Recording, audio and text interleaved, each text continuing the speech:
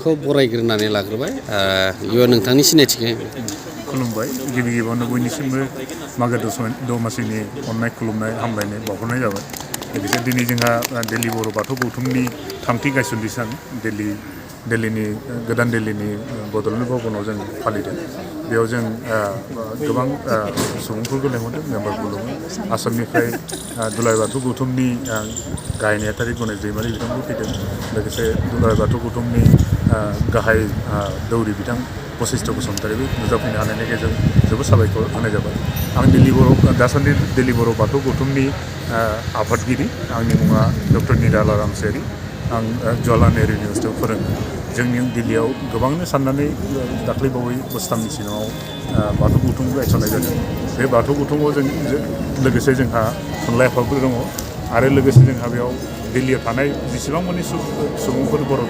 सुबुंफोर दङ आसामनिफ्राय बा दाब दाब जायगानिफ्राय फैनाय बिथांमोननि गेजेराव जोंनि गेजेराव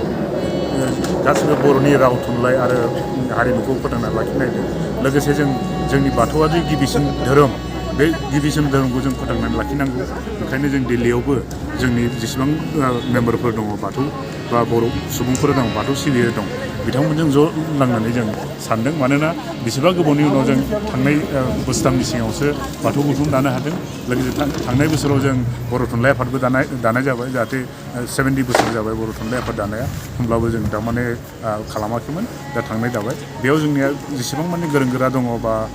बेयाव दिल्लीयाव खामानि मावफैनाय दङ बिथांमोनखौ जों ज' खावलायनानै बेखौनो आवगायलांनो नाजादों जे जोंनि बर'नि राव थुनलाइ हारिमु आरो धोरोमा थांनानै थाथों बिनि थाखाय जों लाहार फाहार खालामगासिनो दं गोबां सुबुंफोरखौ आरो बिटिसि सरकार आरो जोंनि बर' माहारिफोरखौ जों खावलायो बिथांमोनाबो जाहाथे जोङो बे हाबाफारि लानायाव सापर्ट खालामगोन बा हेफाजाब होनायनि उनाव होननानै जों आखाइ खब'नो खुलुमगोन आरो दिल लानानै बिथांमोनखौ फोरमायथि हरो थेंक इउ